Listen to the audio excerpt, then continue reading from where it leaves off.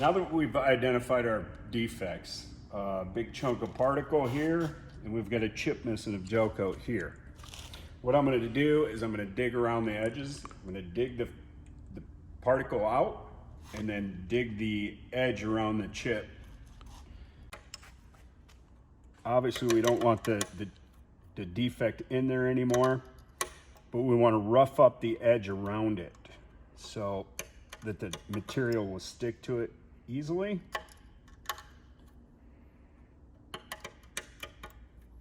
And all I'm using for this is just a scalpel or a knife. You can use a Dremel if you prefer that method.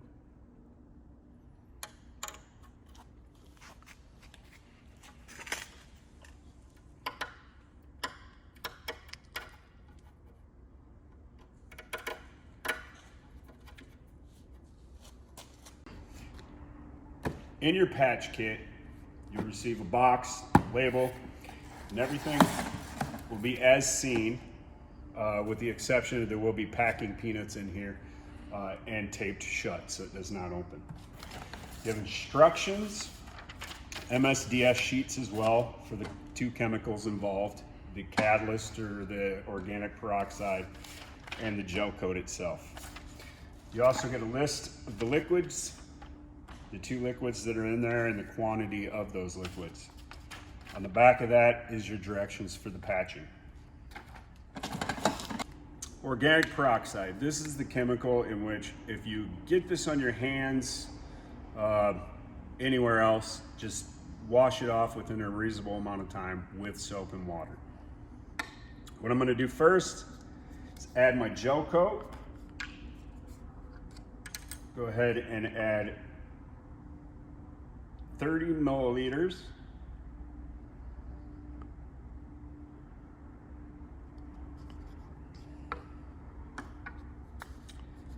Next is my granite material. You're gonna put a little bit in, stir it up, put more in if you need to. You want it the consistency of pancake batter, essentially. Once you believe you have this mixed to the correct consistency, before you put the catalyst or the organic peroxide, the hardener in, what I want you to do is just put a little dot on there, make sure that the color matches well. And as you can see, you can barely see that. Wipe that back off. Next is your organic peroxide. And if you look in here, you will notice that in the corner of that, there is not very much at all. So you might think we didn't send it to you, but you need literally 4 or 5 drops of this material is all you're going to need.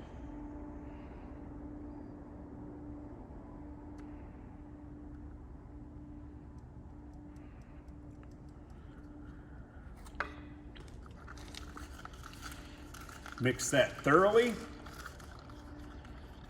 Do not remove the stir stick from the bottom and do not stir too fast. You don't want to get air trapped inside the patch material. That can give you problems later on. Okay, once that material is hard or is mixed thoroughly, give it a generous portion and make sure it is completely to the edges of where you dremeled or you picked out with a knife. The next step is to just poke it and keep poking it for just a few seconds. This, if indeed there is any air in there, this will help that air release. Now we're going to do the same with our chip on the edge. We'll grab a piece of masking tape,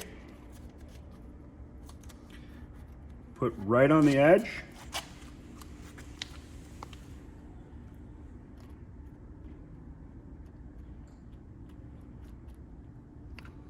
Fill the chip, fold it over. All right. I've patched that side. What I've done is previously patched a couple spots here so that we don't have to go through the drying process, which does take about an hour to an hour and a half, depending on the catalyst amount of the material. What I'm going to do is I'm going to start off with an aggressive sandpaper. After I've put tape down, you put the tape down just so when you get close, you don't score the gel coat around the area and have to fix a bigger spot. So what I'm going to do is I'm going to take these patches down.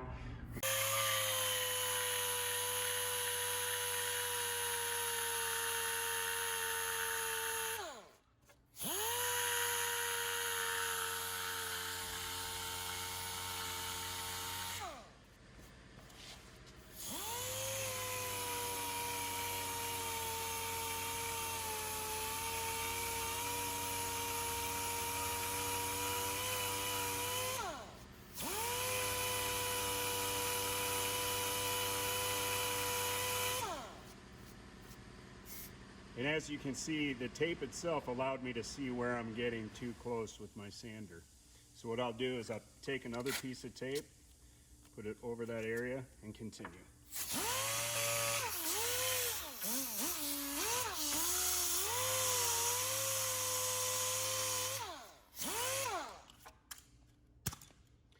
Now I'm going to switch to a 400 grit sandpaper to get down to the gel coat.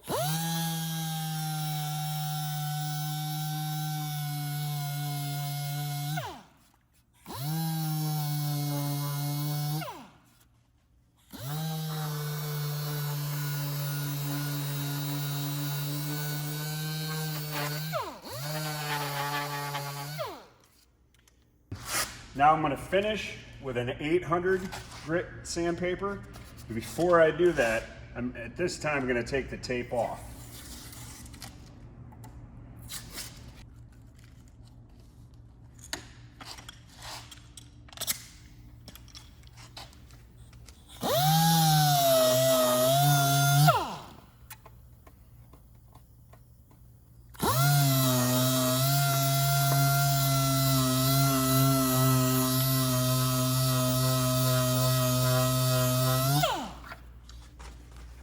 Now what I'm doing is I'm going to make sure that around that patch, where the edge of the patch was, that I get that ring off, totally flat with the surface of the deck.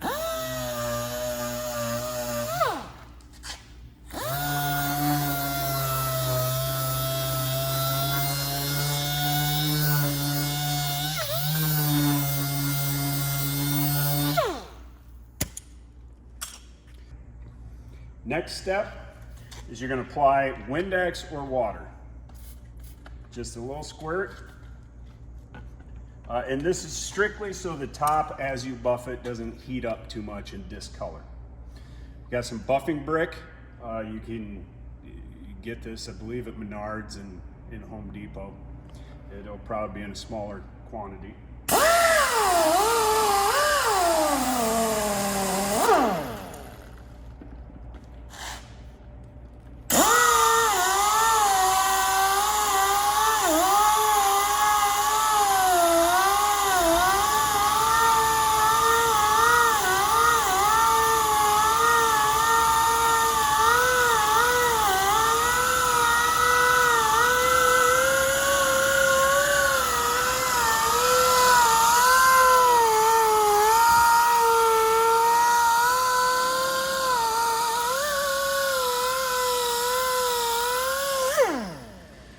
All you want to do is buff until the circular orbital marks from the sander are out.